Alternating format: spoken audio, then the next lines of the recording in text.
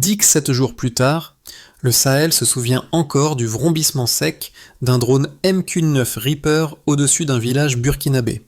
Ce matin-là, un missile Hellfire R9X a glissé vers le convoi officiel, puis a raté sa cible, transformant une opération chirurgicale en carnage absurde pour 3 civils sans défense. Comment comprendre ce tir venu du ciel quand il vise un chef d'État africain comme Ibrahim Traoré et renforce en même temps le doute sur la souveraineté réelle du Burkina Faso? Dans ce silence heurté, quelque chose de profond s'est fissuré pour de bon. L'attaque qui a visé le convoi présidentiel n'a pas seulement exposé une brèche sécuritaire, elle a révélé l'enjeu central qui sous-tend désormais la politique du Burkina Faso. Au cœur de cette tension se trouve un bénéfice décisif pour l'Afrique: protéger sa souveraineté collective. Car si un drone MQ-9 Reaper peut traverser l'espace aérien d'un État sans autorisation, puis frapper en plein jour un cortège officiel, c'est toute la stabilité régionale qui vacille. Dans ce contexte, l'incertitude ne porte plus seulement sur l'origine exacte du tir, mais sur la capacité des nations africaines à imposer leurs propres règles stratégiques. L'analyse froide des faits démontre que la tentative contre un président en exercice dépasse le cadre d'un incident isolé. Elle redéfinit la place que le Burkina Faso peut ou non occuper dans le rapport de force géopolitique. Et une question commence déjà à circuler dans les coulisses du Sahel. Si une attaque ratée peut provoquer un tel séisme, que produirait la vérité mise à nu? Le premier détail divulgué par les enquêteurs burkinabés a surpris jusqu'aux observateurs les plus aguerris. Le missile utilisé contre le convoi présidentiel n'a pas explosé. Il s'est contenté de découper l'air avant de frapper un camion civil. La deuxième révélation, encore plus déroutante, repose sur un chiffre brut, 3 morts innocents, qui contredit la logique d'une frappe prétendument chirurgicale. Ces éléments, rassemblés dans les heures suivant l'attaque, ont rapidement replacé le Burkina Faso au centre d'un débat que beaucoup pensaient clos, celui du contrôle réel du ciel africain. Dans le Sahel, où les vents d'harmattan transportent autant de sable que de tension, l'incursion d'un MQ-9 Reaper ne peut être réduite à une simple bavure technique. Un tir de Hellfire R9X, arme conçue pour éliminer une cible unique sans dommages collatéraux, ne touche pas par hasard un camion civil transportant des villageois. Cette incohérence matérielle a mis en lumière l'hypothèse la plus sensible. La frappe visait bel et bien un homme incarnant un défi stratégique, Ibrahim Traoré, et son convoi n'a été épargné que par une déviation imprévue. À partir de là, la chronologie s'est emballée. Les autorités ont ordonné la récupération immédiate des débris métalliques, tandis que des techniciens ont comparé les signatures radar pour déterminer l'origine du drone. Cette transparence inhabituelle, rare dans la région, a créé une onde de choc diplomatique qui a dépassé les frontières du Burkina Faso. Les capitales voisines ont cherché à comprendre comment un appareil militaire de haute précision avait pu traverser un espace aérien souverain sans autorisation, puis tenter d'éliminer un chef d'État en plein jour. La boucle de curiosité ouverte dès les premières heures qui a tiré, et pourquoi maintenant, trouve ici sa première réponse partielle. Ce n'était pas une erreur isolée, mais l'indice d'un rapport de force qui s'exerce désormais sans masque et sans avertissement. Dès les premières heures après l'attaque, Ibrahim Traoré a imposé un ton inattendu.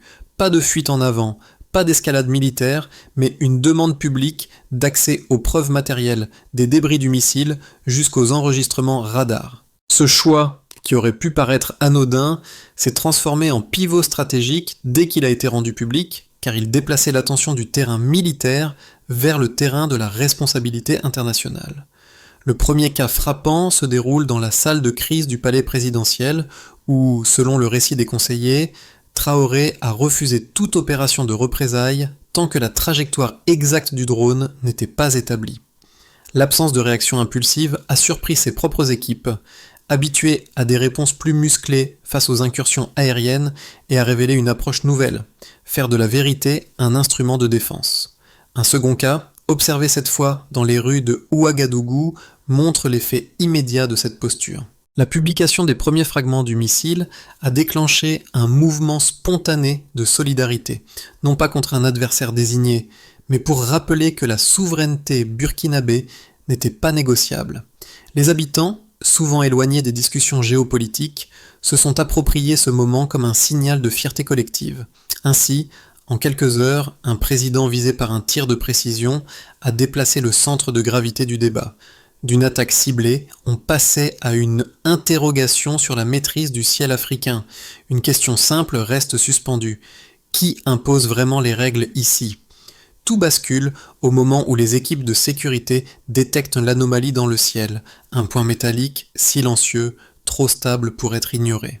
Quelques minutes plus tard, l'éclat du R9X fend l'air et déclenche l'onde de choc politique qui va remodeler la semaine suivante. Le convoi présidentiel n'est pas touché, mais le renversement est total. Ce qui aurait dû être une élimination rapide devient la preuve flagrante qu'un acteur extérieur viole ouvertement l'espace aérien burkinabé. Dans ce avant et bas-près se dessine la transition qui va propulser Ibrahim Traoré au centre de la scène régionale. Au cœur des premières heures, l'urgence domine.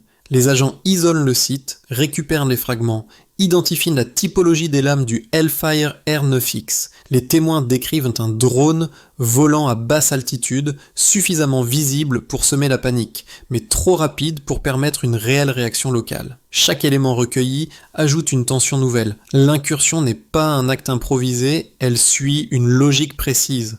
Puis vient le point de rupture. La frappe ayant tué 3 civils, la situation quitte le registre strictement militaire. Les familles réclament des explications. Les médias africains relaient les premiers témoignages. Les antennes nationales parlent d'une attaque ciblée qui a dévié. L'ensemble cristallise une perception. Quelqu'un a tenté de frapper un chef d'État africain dans un espace supposé souverain. Et personne, à cet instant, ne fournit de justification officielle. La courbe monte encore lorsque Traoré apparaît publiquement. Aucun discours martial, aucune accusation improvisée. Il exige la publication des données radars, des restes du missile, des images récupérées sur les lieux. Ce choix bouscule les chancelleries, car il place la transparence au-dessus des narratifs habituels. Le geste transforme une cible politique en acteur central d'une riposte fondée sur la vérité. La Duchamp s'étend ensuite bien au-delà de Ouagadougou, les présidences du Sahel demandant des comptes. Les analystes évoquent une tentative d'intimidation. Les populations comprennent que l'incident n'est pas seulement une affaire d'État, il touche la souveraineté de tout un continent. Et une question prend forme, brutale et précise. Qu'adviendra-t-il si l'enquête révèle une intention directe derrière la frappe ? Cette interrogation ouvre la Curiosity Loop, la deuxième boucle de curiosité, suspendue au-dessus de chaque capitale africaine. Elle redéfinit le rapport de force entre l'Afrique et les puissances extérieures. Elle prépare l'étape suivante, celle où les chiffres et les alliances émergeront pour donner un sens plus large à l'attaque. Car désormais, ce n'est plus seulement la survie d'un président qui est en jeu, mais l'équilibre même de la souveraineté régionale. Avant l'attaque, le ciel du Burkina Faso était considéré comme relativement stable. Mais après le passage du MQ-9 Reaper, la perception a basculé dans une zone de doute où chaque vol non identifié devient un signal d'alerte. Ce glissement du normal vers l'exceptionnel constitue la première variation mesurable car il indique que la sécurité aérienne n'est plus un simple protocole, mais un enjeu stratégique pour l'État. Dans ce nouveau décor, Ibrahim Traoré doit gérer non seulement une tentative d'assassinat, mais aussi la modification tangible du rapport entre souveraineté et intrusion technologique. Ce changement de baseline explique pourquoi l'enquête n'a pas été traitée comme un incident isolé, mais comme la manifestation d'un risque calibré. Le premier chiffre, brutal et indiscutable, concerne les 3 civils tués par l'impact du missile dévié. Ce nombre, faible en apparence, renvoie pourtant à une réalité précise. Un R9X ne vise pas un véhicule civil, donc 3 morts révèlent une déviation critique. Cette perte humaine a déclenché une demande d'explication qui a franchi les frontières, car elle montre que la frappe n'était pas seulement technique, elle était politique. Ce constat fournit la première brique de l'argumentation qui alimente la riposte publique du Burkina Faso. Le second chiffre repose sur l'arme elle-même, un missile Hellfire R9X retrouvé en fragments. Ce type de projectile, équipé de lames cinétiques, est conçu pour tuer une seule personne sans explosion dispersive, détail qui montre un ciblage extrêmement précis. Son utilisation dans un espace urbain ouvre la question de l'intention, puisqu'un tel choix technique implique une opération visant un individu spécifique. C'est précisément cette caractéristique qui renforce l'hypothèse d'une tentative dirigée contre un chef d'État en exercice. Le troisième chiffre est celui qui a propulsé l'affaire au niveau régional. Un drone MQ-9 Reaper identifié comme vecteur de tir.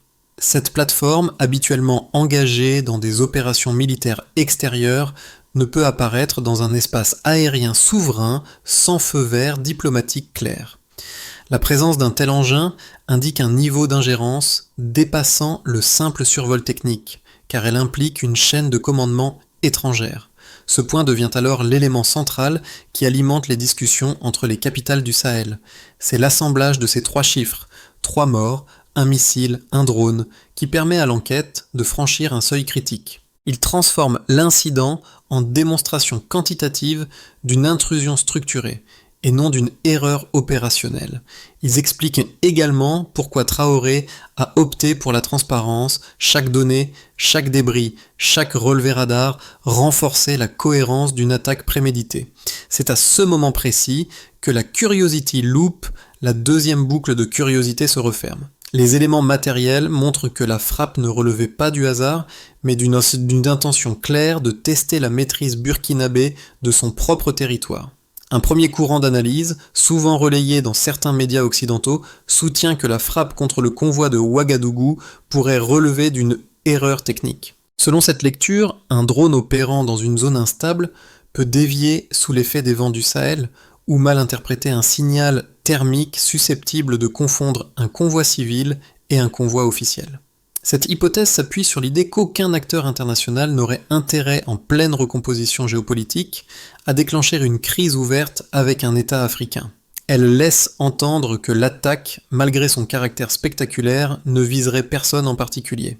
A l'inverse, une seconde position avance que l'incursion du MQ-9 Reaper ne peut être réduite à un simple dysfonctionnement.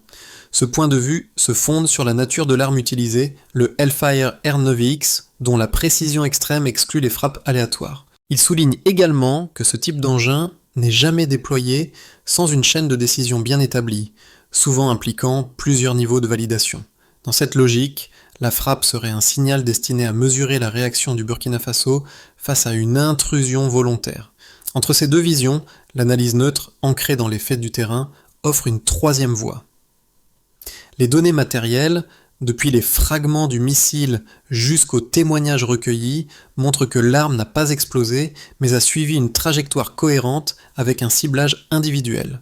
La destruction d'un camion civil contredit cependant l'objectif supposé, ce qui explique pourquoi l'affaire dépasse le strict cadre militaire pour s'inscrire dans une dynamique géopolitique plus large. La convergence de ces éléments laisse apparaître non pas un acte purement technique, ni une démonstration de force totale, mais un message ambigu transmis par une puissance extérieure. Ainsi, l'argumentation la plus solide s'appuie sur ce que les autorités burkinabées ont immédiatement mis en lumière. L'attaque n'est ni un accident évident, ni une opération assumée. Elle relève d'un entre-deux où la précision du matériel militaire se heurte à un effet final incohérent, créant un espace de flou stratégique. C'est justement ce flou que la transparence exigée après l'incident cherche à dissiper en ramenant la discussion vers des preuves concrètes plutôt que des interprétations spéculatives. Et ce recentrage change déjà la manière dont les capitales africaines envisagent la protection de leur souveraineté. La vérité bascule tout. Lorsque les autorités burkinabées publient les premiers éléments matériels, fragments, analyses préliminaires, relevés radars, le paysage politique s'ouvre soudainement comme une faille sous tension. L'effet immédiat dépasse la simple indignation, il transforme la tentative d'assassinat en démonstration publique d'une ingérence qui n'ose pas se nommer. Dans ce nouvel éclairage, Ibrahim Traoré ne devient plus seulement la cible d'un tir raté, mais le révélateur d'un rapport de force longtemps dissimulé. Cette transparence inattendue agit comme une onde de choc dans les capitales voisines. Elle brise le silence diplomatique, pousse les chancelleries à détailler leur position et oblige les partenaires régionaux à reconsidérer la place du Burkina Faso dans l'équilibre du Sahel. La publication des preuves constitue alors un point de rupture. Ce n'est plus une affaire interne, mais un test grandeur nature pour la souveraineté africaine. Dès lors, une question essentielle émerge. Si la vérité peut provoquer un tel réajustement entre États, quel sera l'impact réel sur les populations, les alliances et les dynamiques régionales? C'est l'ouverture nette de la Curiosity Loop, la troisième boucle de curiosité suspendue au-dessus des réalités humaines que l'affaire n'a pas encore dévoilée. Pour les populations du Burkina Faso, la publication des preuves a d'abord eu l'effet d'un électrochoc. Le tir du Hellfire R9X, déjà traumatisant par sa violence, s'est transformé en révélateur d'un vide sécuritaire ressenti dans le quotidien des habitants. Les 3 civils tués ont ancré la conviction que l'espace aérien n'est plus seulement une zone technique, mais un territoire vécu où chaque intrusion touche directement les familles. Dans les quartiers populaires, le discours de transparence porté par Ibrahim Traoré a néanmoins créé un sentiment d'unité, comme si la vérité devenait un rempart social en soi. Pour les acteurs économiques, l'impact est plus discret, mais tout aussi tangible. Les entreprises locales, déjà confrontées à l'instabilité régionale, perçoivent l'attaque comme une démonstration que les tensions géopolitiques peuvent influencer la logistique, les transports et la sécurité des corridors commerciaux. Les échanges avec les pays voisins, surtout dans le Sahel central, doivent désormais intégrer le risque d'incursions extérieures susceptibles de perturber les flux. Cette situation oblige les acteurs économiques à repenser la résilience de leur chaîne d'approvisionnement en fonction d'un environnement géopolitique plus opaque. Du côté institutionnel, les conséquences sont immédiates. L'État doit gérer simultanément une enquête complexe, une mobilisation diplomatique et une attente populaire axée sur la transparence. Les forces de défense réévaluent leurs protocoles pour comprendre comment un drone de haute technologie a pu traverser le ciel national sans autorisation claire. La posture de Traoré, centrée sur la vérité et la demande de preuves authentifiées, devient alors une stratégie de gouvernance qui redéfinit la relation entre institutions nationales et partenaires extérieurs. À l'échelle régionale, le retentissement dépasse largement les frontières burkinabées. Le Mali, le Niger et d'autres pays du Sahel perçoivent l'attaque comme un avertissement indirect quant à leur propre vulnérabilité. La possibilité qu'un chef d'État africain soit ciblé par un tir d'une telle précision place la question de la souveraineté au cœur des échanges intergouvernementaux. Cette dynamique ouvre la voie à des rapprochements stratégiques, notamment autour d'initiatives de défense partagées ou de mécanismes de surveillance collective du ciel sahélien. C'est l'ensemble de ces effets, sociaux, économiques, institutionnels et régionaux, qui referment la Curiosity Loop, la troisième boucle de curiosité. L'impact réel de l'attaque ne se limite pas à un acte militaire, il modifie la manière dont les populations, les gouvernements et les alliances interprètent leur propre sécurité. La transparence exigée par Traoré agit comme un prisme révélateur, obligeant chaque acteur à reconsidérer la place du Burkina Faso dans les rapports de force africains. Elle montre surtout que la souveraineté, loin d'être un concept abstrait, se joue dans la façon dont un pays répond à l'intrusion, protège ses citoyens et redéfinit ses alliances. Ainsi, l'onde de choc née d'un tir manqué finit par remodeler les fondations politiques du Sahel. Dans le premier scénario, qualifié de Kitsch Ban Base, le Burkina Faso poursuit la dynamique de transparence enclenchée après l'attaque et stabilise progressivement ses relations diplomatiques tout en renforçant son contrôle du ciel. Si les capitales du Sahel maintiennent leur solidarité actuelle, le pays consolide une doctrine commune de surveillance aérienne qui limite les incursions non autorisées. Si cette coordination reste cohérente, l'affaire du drone deviendra un précédent mobilisé pour exiger des garanties plus strictes de la part des puissances extérieures. Ce scénario offre une trajectoire pragmatique où la souveraineté se construit par couches successives en intégrant l'expérience acquise. Le deuxième scénario, considéré comme optimistique, s'appuie sur l'élan continental évoqué dès les jours suivant l'attaque. Si l'initiative de défense africaine proposée par le Burkina Faso attire davantage de partenaires, un véritable réseau de coopération pourrait émerger autour du partage de renseignements et de la gestion collective du risque aérien. Si cette base se consolide, le bouclier africain deviendrait plus qu'une idée, un cadre opérationnel renforçant la capacité du Sahel à répondre calmement fermement aux intrusions extérieures. Ce scénario place la transparence adoptée par le président Traoré au cœur d'une transformation plus vaste, porté par la confiance retrouvée entre les États africains. Le troisième scénario, qualifié de worst, repose sur l'hypothèse d'une détérioration des relations extérieures. Si les puissances concernées refusent d'assumer la trajectoire du drone ou minimisent l'incident, les tensions diplomatiques pourraient s'intensifier et fragiliser les équilibres régionaux. Si les acteurs du Sahel peinent à maintenir une unité stratégique, la question de la souveraineté reviendrait au premier plan dans un contexte de méfiance accrue. Ce scénario, bien que pessimiste, rappelle que la réaction collective demeure un facteur déterminant pour l'avenir. Ces trois trajectoires posent finalement la même interrogation centrale. Si l'Afrique parvient à transformer une attaque manquée en cadre stratégique partagé, alors que deviendra la jeunesse du continent face à cette nouvelle souveraineté qui se dessine. Pour une grande partie de la jeunesse africaine, l'affaire du drone a remis en lumière un sentiment souvent diffus. La souveraineté n'est pas un principe abstrait, mais une réalité qui influence la sécurité, l'avenir et même la dignité collective.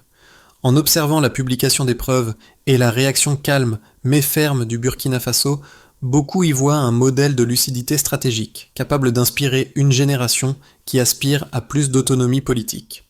Cette perception donne à l'épisode une portée symbolique que peu d'événements régionaux avaient atteint ces dernières années. Dans la diaspora, l'impact se traduit différemment.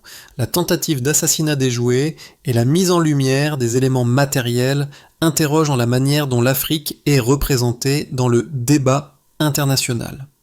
De nombreux expatriés y lisent une invitation implicite à réévaluer la place qu'ils occupent dans la défense des récits africains, souvent écrasés par les narratifs dominants. Cette mobilisation, bien que diffuse, rappelle que la souveraineté se nourrit aussi de voix situées en dehors du continent. Chez les observateurs internationaux, l'effet est plus analytique. L'incident expose un contraste entre les discours officiels sur la stabilité du Sahel et la réalité d'une attaque effectuée avec un matériel de haute précision. Il révèle surtout le décalage entre les perceptions extérieures et les enjeux intimes vécus par les populations locales. Pour nombre d'analystes, l'épisode constitue un cas d'école sur la manière dont un pays peut transformer une menace directe en levier diplomatique. Au final, ce moment crée une question sous-jacente, discrète, mais persistante. Que peut faire chaque groupe, même modestement, pour renforcer la souveraineté qu'il souhaite voir reconnaître ? Une suggestion simple émerge. Observer, relayer et comprendre avant de juger. La première étape envisagée par les autorités burkinabées consiste à institutionnaliser la transparence adoptée depuis l'attaque. Ibrahim Traoré demande que chaque élément matériel lié aux incursions aériennes soit traité selon un protocole public, avec une diffusion rapide des données essentielles. Si cette méthode s'installe durablement, elle devient un repère mesurable. Plus le délai entre l'incident et la publication diminue, plus la souveraineté opérationnelle s'affirme. La deuxième étape concerne la coordination régionale. Les pays du Sahel, déjà sensibilisés par l'incident, pourraient établir une salle commune de suivi aérien capable de croiser les signatures radar en temps réel. Si cette cellule voit le jour dans les mois à venir, elle serait évaluée par la régularité des échanges techniques et la réduction des zones aveugles dans l'espace sahélien. Ce mouvement soutiendrait directement le concept évoqué dans les discussions. Un bouclier africain fonctionnel. La troisième étape porte sur la formation et la communication. Les forces locales doivent être capables d'interpréter rapidement les trajectoires suspectes, tandis que les populations doivent disposer d'informations claires en cas de survol anormal. Si ces initiatives progressent, leur efficacité se mesure à la rapidité des alertes et à la précision des rapports transmis aux autorités. La quatrième étape concerne la diplomatie. Le Burkina Faso peut demander des explications formelles lorsqu'un appareil étranger apparaît dans son ciel, sans accuser directement un acteur précis. Si cette exigence est répétée, elle crée un précédent mesurable. Le nombre de réponses officielles obtenues devient un indicateur de reconnaissance internationale de la souveraineté nationale. Ainsi se referme la Curiosity Loop, la quatrième boucle de curiosité. La souveraineté africaine ne dépend pas d'une promesse future, mais d'un ensemble d'actions concrètes, graduelles et vérifiables. Le matin où le drone a fendu le silence du Sahel demeure inscrit comme un repère immobile dans la mémoire collective. Les éclats du missile, recueillis quelques heures plus tard, forment aujourd'hui un rappel matériel de ce moment où la vulnérabilité et la détermination se sont croisées. Dans cet entrelac fragile, Ibrahim Traoré a choisi d'emprunter une voie inattendue, celle qui transforme un événement violent en appel à la lucidité continentale. Ce geste ramène l'histoire à la scène initiale. Un ciel calme, un convoi visé, un camion détruit, et pourtant un pays qui refuse de céder à la peur. La transparence exigée au lendemain de l'attaque n'a pas seulement apaisé les tensions, elle a donné à l'Afrique une image nouvelle d'elle-même, plus cohérente, plus attentive, plus solidaire. Ce fil conducteur relie les premiers instants du drame aux choix politiques qui ont suivi, comme si la lumière du matin portait encore la trace de ce retournement. La vérité a changé la direction du vent, et c'est dans cette bascule silencieuse que se dessine la continuité d'un continent qui refuse désormais de détourner le regard lorsque son ciel est traversé. Dans cette affaire, le plus marquant n'est peut-être pas la trajectoire du drone, ni les fragments du missile, mais la manière dont un pays a choisi d'affronter l'intrusion. Le Burkina Faso a montré qu'un État peut transformer une crise en moteur de cohésion, non par la force, mais par la clarté des preuves mises à jour. Cette attitude a résonné bien au-delà du Sahel, offrant un repère symbolique à ceux qui s'interrogent sur la manière de protéger leur souveraineté sans renoncer au dialogue. Pour les publics qui suivent cette histoire, l'enjeu ne se limite pas à comprendre ce qui s'est passé dans le ciel burkinabé, mais à observer comment une réponse transparente peut redéfinir les équilibres régionaux. C'est aussi l'occasion pour chacun de contribuer calmement à une réflexion collective en partageant une analyse, une question ou un point de vue. L'essentiel reste de nourrir un échange qui dépasse l'émotion brute pour éclairer ce que l'Afrique construit peu à peu. Alors que retenez-vous vraiment de ce moment où un tir manquait à révéler tant de choses sur la souveraineté du continent ?